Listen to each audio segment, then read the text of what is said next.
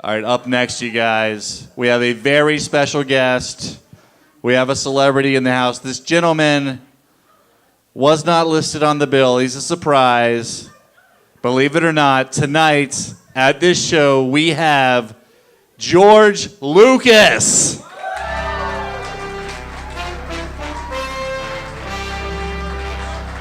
Thanks. Everybody excited for episode 8?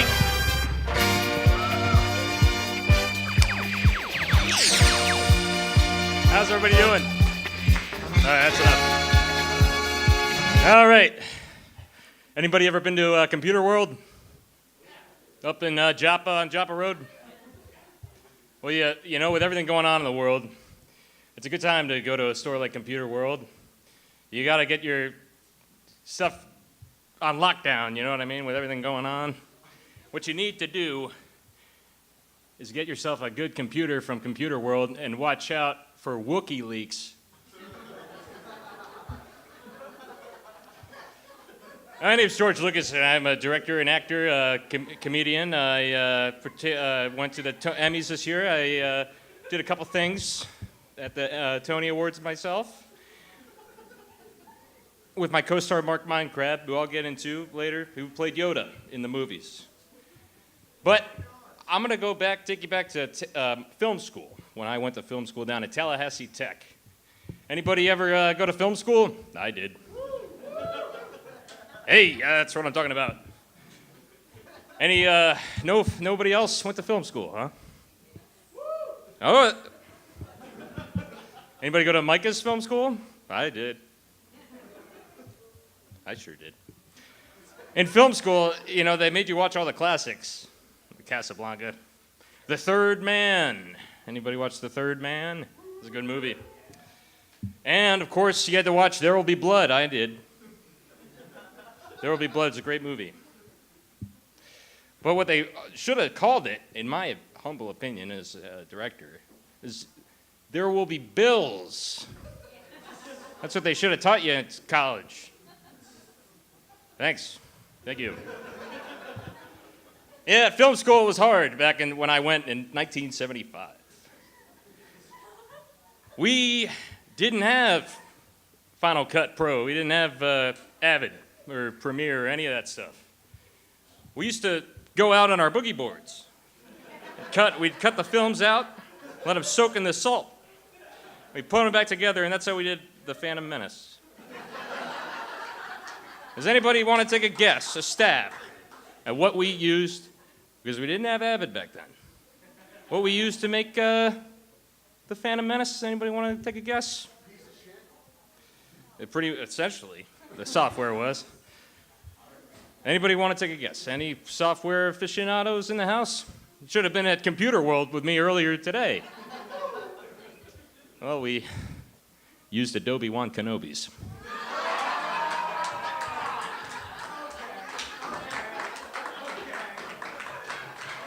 That's what it was. Well, any Star Wars fans in the house tonight? Well, you're welcome. But it wasn't just me, okay? There was 5 of us, 5 different people who made Star Wars possible. I'm going to go through. Before we do that, does anybody have any questions about Star Wars? Anyone at all? Why Star Wars? Why Jar Jar? Oh, well. You know, all quiet on the Gungan front was a source of inspiration for us. Knock. Knock, knock. Lando. Oh, so you've forgotten about him already, haven't you?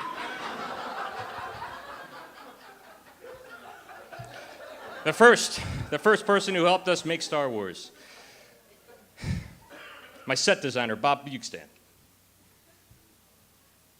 Do I need to say anything else? Bob Bukestad. Thank you. Yeah, Bob was really funny. You know, he always talked to me. He said, George, life is sort of like the 4 seasons. Not like the hotel, like the 4 actual seasons of the year. The first 20 years of your life is the spring. And then from 20 to 40 is sort of like the summer. From 40 to 60 years old is almost like autumn. And from 60 to 80, if you're lucky enough, this is the winter time. So you say to me, George, what are you doing for Christmas? I said, I'm going to see Star Wars Episode 8, Return of the Gungan King. That's what I'm doing. That's what I hope everybody here is going to be doing on Christmas. It's coming out December 24th. Worldwide. Bob was funny. I'm going to do a short impression. Okay, so say I had to get 600 manuscripts to Bob by 6 p.m. tomorrow night. What am I going to do? I'm going to go to stamps.com. I'm going to go to stamps.com. I'm going to print out my own personal postage without going to the post office to wait on the lines. I'm going to print out these stamps. I'm going to put them all in my manuscripts, and Bob's going to get them tomorrow night by 6. He's going to read through every single one. He's going to tell me which one we're going to green light, which ones we're going to say, no can do, give that to DreamWorks. And that's how it happened in 1975. That's what we did. So Bob's funny. He's actually here tonight. Give it up for Bob Bukestad, everybody. Thank you, Bob. The second person who made Star Wars possible is Tech Sergeant Lieutenant Jane Parthenon. Do I need to say anything else? Without Sergeant Parthenon, I don't think Star Wars would be what it was. But Jane Parthenon was funny, you know. She was a doctor, and while we're on the subject of doctors, I was at the doctor's last week. And Jane wasn't my doctor, but Jane Parthenon was the doctor in Star Wars. I went to the doctor, and I had a terrible pain in my abdomen. And I said to the doctor, you know, Doc, I think I might have a leaky gut syndrome. And he said, oh, I just talked to Blue Cross Blue Shield. Turns out you have leaky wallet syndrome. That'll be $500. True story. This is why I'm here tonight. My God. Does anybody have any questions about Star Wars? Oh. Well, that's not true. We did Tomb Raider, and I helped with E.T. for a little bit, too. I directed Tomb Raider, and I did the one with Nick Coppola with Cher when they make bread, Moonstruck. I did, and it was a good movie. It did very well at the box office. I did Tomb Raider, I did Indiana Jones. Yes, I did. What do you mean? I'm George Lucas. You think I will remember whether or not I directed these movies or not? What am I? Wait. No, I think I got it. Indiana Jones and the Geriatric Downward Spiral. Yeah. Well. Yes, thank you.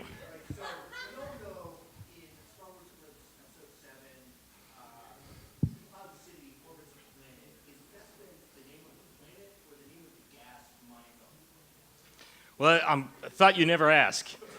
The real name of that planet was My Ass. That was the name of that planet. Ah, man. Number 3, the third person who made it possible. Shut up! 3, Sammy Watkins. Is my editor. Sam Watkins, the editor. Couldn't have done it without him. Sam Watkins was so funny. When we did Tomb Raider together, we didn't have to pay for a single archaeologist. We did it all without any archaeologists who came through. And Indiana Jones, we knew what we were dealing with there.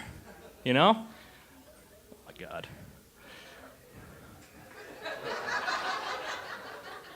While we're on the subject, what do you guys like, the Stone Age or the Bronze Age? What do you guys, what's, Bronze Age? The Stone Age? I think I prefer the Gungan Age, thanks. I'm George Lucas, so I don't need to take this crap from you guys. Sammy Watkins. Me, Mark Minecraft, and Sammy Watkins were up at the Gunpowder River in Moncton, Maryland, 40 years ago to this night. We had a kayak that we were taking down the Gunpowder River. It was a dark and stormy night, sort of like tonight. We hit a storm. It was a gale. Gales of November came early. It toppled our ship over twice. We were shipwrecked in the middle of the Gunpowder River. We had to make shelter. We made a fire. It's 3 o'clock in the morning. We were starving. We were cold. We used our kayak, our broken kayak, to heat ourselves. You know how we survived to live the tale? We had our kayak and we heated it too. Thank you. That's what we did. Sam Watkins. Wow, I love Sam. Sam's here tonight, ladies and gentlemen. You give it up. Thank you guys for coming out. Number 4, we couldn't have done it without him. My dear friend, Wellington Mage. Wellington Mage played Chewbacca in the movies. He's an inspiring actor who went all over the world traveling. Played at the Hippodrome. Does anybody like ice cream?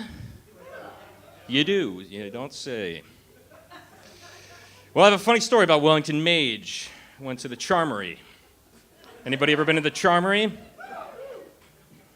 It's good. Well, I'm going to show you that I am an actor. George Lucas is an actor. And I am going to play Wellington Mage at the Charmery. Is one of my favorite stories. Okay, here we go. Oh, the Charmery! Good evening, ladies and gentlemen. My name is Wellington Mage. I am performing at the Hippodrome tomorrow night in a play entitled Tomorrow's New Yesterday. I will be performing for 2 weeks at the Hippodrome, and I thought it was so warm outside that I might be able to parch my vocal cords with some scoops of your finest mint mountain, the Charmer. I said, oh, absolutely. It's a pleasure to have you, Mr. Mage. Thank you for coming. Oh, goodness dear, I seem to have forgotten my wallet. Is there a way you would be so kind as to cash this small check for Wellington Mage? Oh, sir, I'm sorry. Well, my manager isn't here right now, and I'm afraid we can't accept your check. Yes, I see. Well, I'll just take a sample of your lime, and please put the Mint Mountain on hold for me on ice, and I will be back shortly after I go find another store. I'll just go down the avenue and find another place to cash this check. Thanks. So he walks down the avenue. He walks down to the True Vine record store. Yeah, right? So Wellington Mage walks in. The True Vine record store, my favorite record shop in all of the East Coast of the United States of America. My name is Wellington Mage. I am performing at the Hippodrome tomorrow night in a play entitled Tomorrow's New Yesterday. And if you would be so kind, I would love your latest vinyl of a Metallica, please. If I could have that, and you would be so kind, perhaps, to cash this small check for me, I will be on my way and back to the Hippodrome by the 4th night. Person at True Vine says, I'm terribly sorry, Mr. Mage, although it's very nice for you to be here. Unfortunately, we can't cash your check right now. I'm so terribly sorry. Very well. Well, then I'll just take a CDR of the Mississippi Fuck Machine, please, and I'll be on my way. And please put the Metallica records on hold for me. I will be back in a fortnight to pick them up. So Mr. Mage goes all around the avenue, and he can't find a single place to cash this check. So finally, he walks in to Aunt May and Uncle Ben's laundrette dry cleaners on the avenue. He walks in, and he says, oh, Uncle Ben and Aunt May's laundrette, it's so nice to be in here. My favorite dry cleaning store in all of Hamden, Maryland. If I am Wellington Mage, I am performing at the Hippodrome tomorrow in a play entitled Tomorrow's New Yesterday. And if you would be so kind to steam clean my shirt, I will be ready for the show. And please, if you would be so kind to cash this small check for me, I will be on my way. I said, oh, Mr. Mage, I'm a huge fan of yours. Unfortunately, there's no way we can cash your check. Mr. Mage at this point has been walking around for days, it seems like. And he says, is that so? Well, Aunt May, if you could please iron my check for me. Iron the check. Iron my check. I will be out of here. Iron my check. If you would just iron my check, I will be back at the Hippodrome. Thank you. My favorite Wellington Mage story. Yeah, he's Chewbacca. The fifth and final person who I don't think I need to say anything about is Mark Minecraft. Played Yoda. I used to say, Mark, how do you get your voice so squeaky? He'd say, I'm a professional. Mark is so funny, you know, he was a baker. He had a shop over in Perryville, Maryland, called To Loaves His Own. And he asked me, when I was working on Moonstruck with Fred Coppola, Nick Coppola, Francis Coppola, and Cher, if I would like to study baking, which is what Moonstruck, if you've seen it, is about. So he says, why don't you come on down to my shop in Perryville and I'll show you a thing or two about baking. I said, all right. So I get my things and go down to Perryville, nice drive down Route 70, and stop in. And he says, George, I'm not going to teach you how to bake in 24 hours. He's smoking a cigar. He says, I'm going to teach you how to do it in 2 minutes. I said, well, all right, if you say so. He says, the only thing you got to do to be a good baker is not drop the ash in the dough. And that's why the Moonstruck was so good. Thank you. Anybody else have any questions about Star Wars? What's a parsec? Ooh, I thought you'd never ask. Well, parsecs are intermediary parts that sect. I'm sorry. I already knew you don't know what it is. I didn't. I'm not one of those. You think I was one of those nerds who went to study physics? Well, you know, I don't know. I'm sorry. How many senators? Genders? I don't know. That's right. Thank you. Yeah, Mark was funny. Mark Minecraft was so funny. He used to say to me, you know, what does humanity and global warming have in common with one another? I said, I don't know, Mark. He said, there's nothing that can be done to change the course of either one.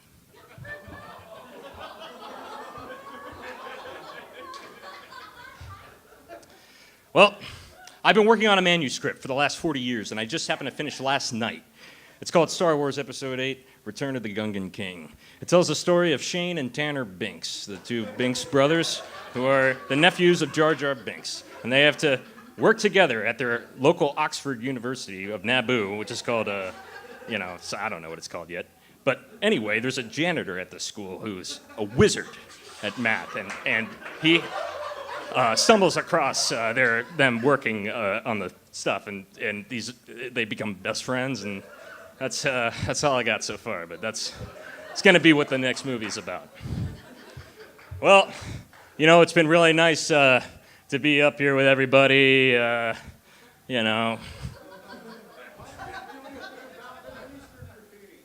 Middle Eastern graffiti? No, I don't. Sorry. Are you talking about Homeland? Oh. All right. 'Cause I was going to do a Mandy Patinkin impersonation for the next 40 minutes. Well, I have to go. Yes. Well, you killed my father. Thank you very much. I'm George Lucas. May the Force be with all of us. Give it up for George Lucas, everybody.